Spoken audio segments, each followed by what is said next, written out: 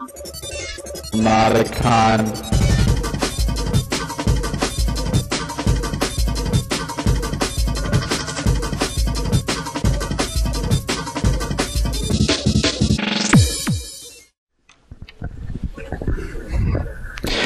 All right, it's just after 1 o'clock. This is the alleged NOTACON keynote, and as I said, unfortunately, Tiger, my wife, can't be here because she's not feeling too well right now. So hopefully she'll be back with us later. I originally had a speech, something I had spent considerable time on over the past 2.5 months, and I'm going to summarily throw it away because I don't care. I really don't. I value little my time and my money, which is apparent considering that right now, oh boy, I'm in trouble.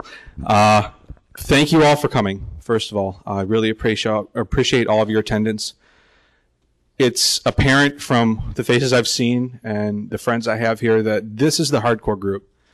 This is the group that really knows what DEF CON's, or part. Well, I'm sure you know what DEF CON's about, don't you? But you know what NOTACON's about. And you know what it's about because last year we built a community from nothing, from the ground up, a community based on hackers, technologists, feds, artists, musicians, DJs. You name it, we were all here. And I will say in greater numbers than we are here today. Which is depressing because, as I mentioned at the end of last year's NOTACON, I was out $6,500. This year I'm out $8,000. And I just bought a house. But it's worth it. And I mean that because this is, as I said last year, I'm going to say again, the best fucking party I've ever thrown in my life.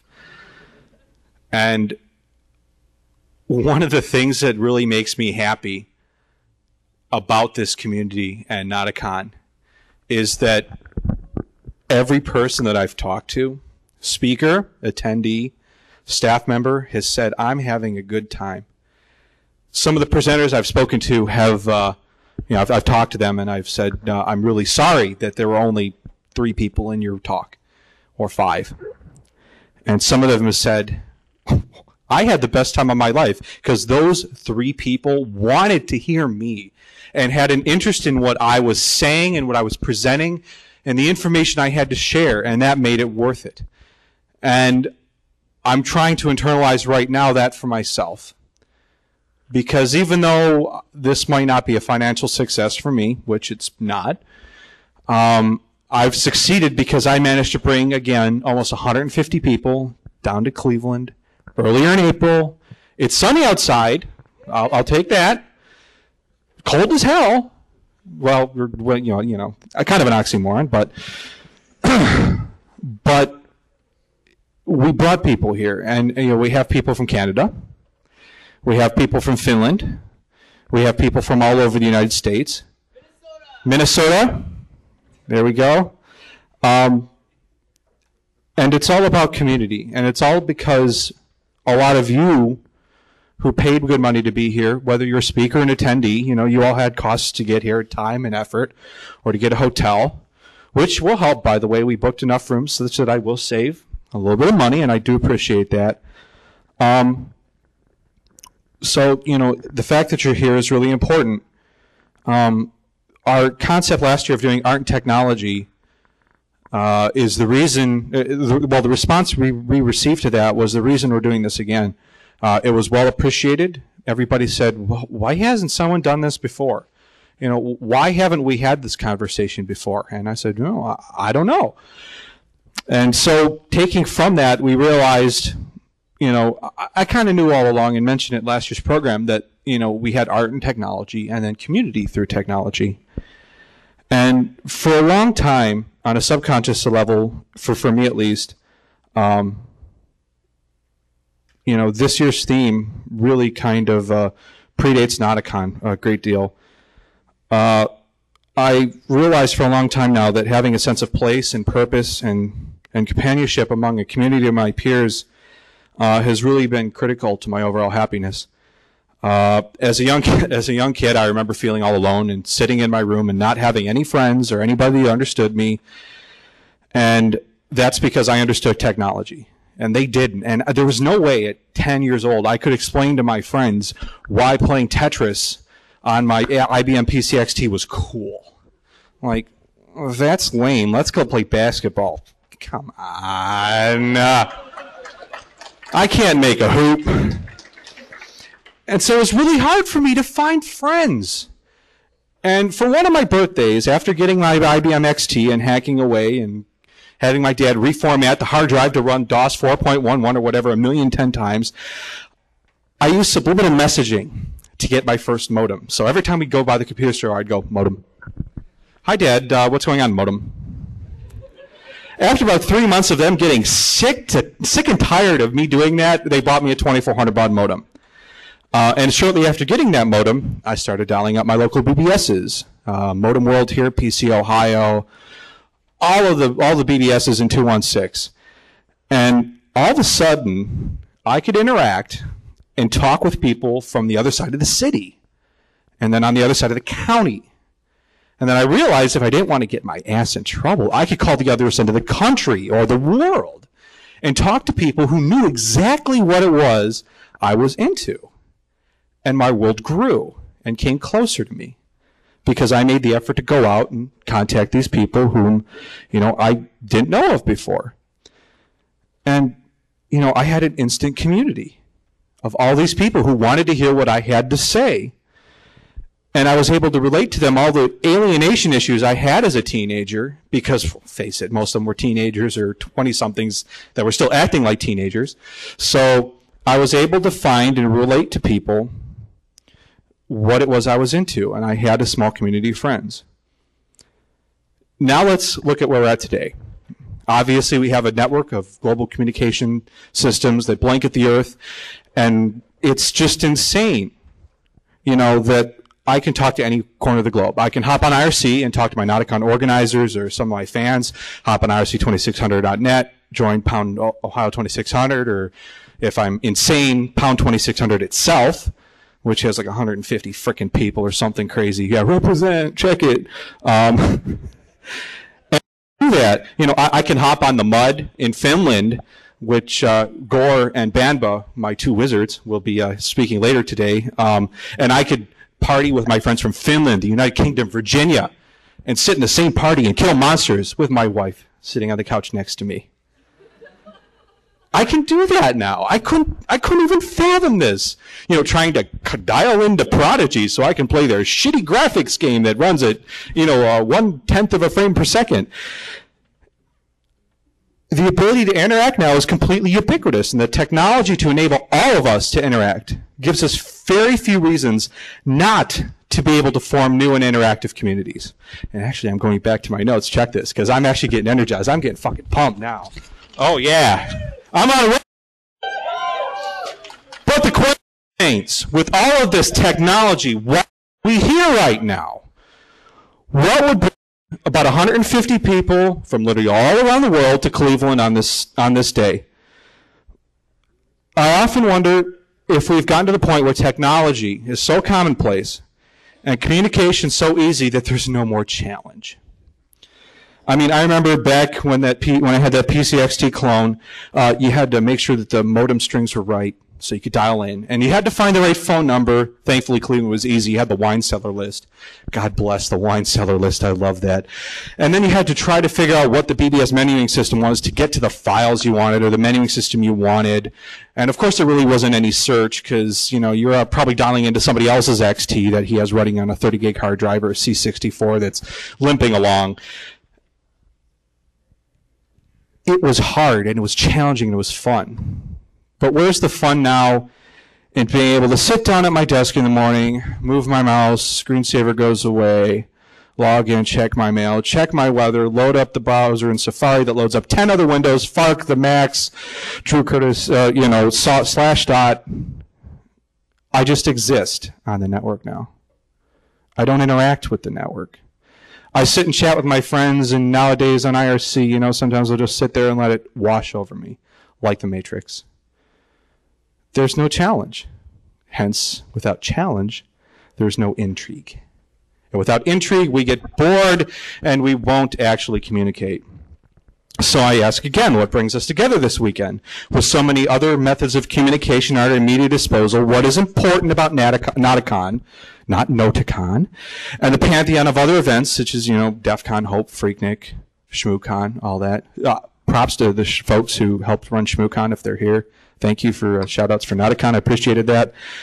But anyway, why NOTACON is the obvious question, and it has an obvious answer that we all know, but we really don't want to admit it because it's kind of warm and fuzzy. It's because we like to be around each other. It's because we need that face-to-face communication. We need that implicit information. If I tell you something stupid, I want to see the look of Whiskey Tango Foxtrot, Froggy. Or if I say something funny, I want to hear you laugh. I want to hear you laugh. I don't want to see a colon smiley on the screen. And believe me, I've been there. I mean, I met my wife on Freenet back in 1995 when somebody hacked into my account and started talking to her as me. That really sucked. But if it wasn't for that, I wouldn't have met her. And we kept an online long-distance relationship from 1996 through 1999. And that was hard because we didn't have that implicit communication.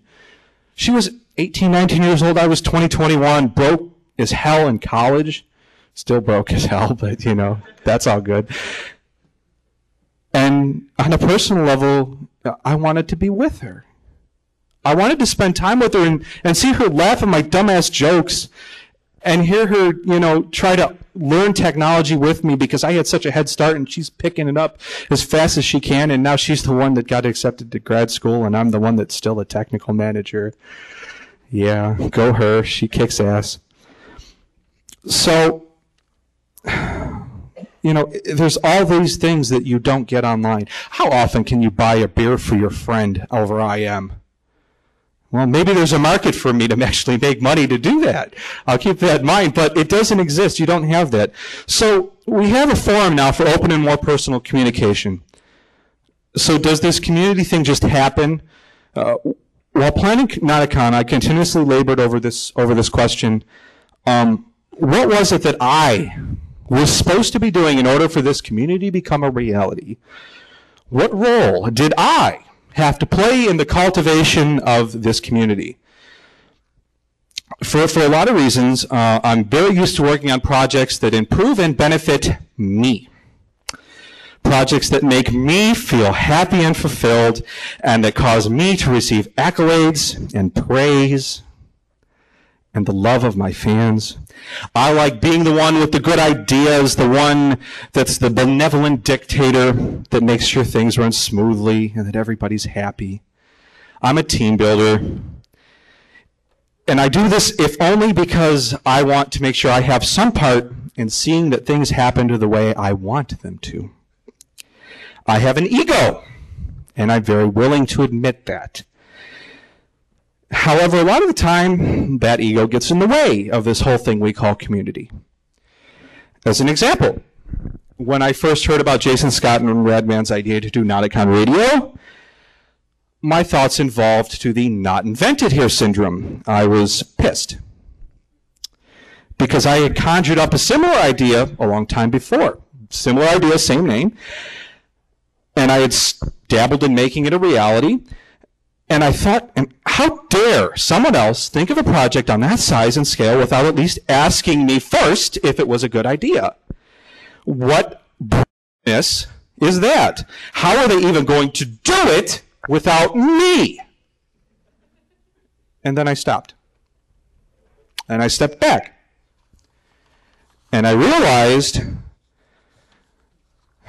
that I remembered and took to heart in a profound way the idea and the reality that NOTACON was not about me at all. Not one bit. And it never has been. And I was being a fucking idiot.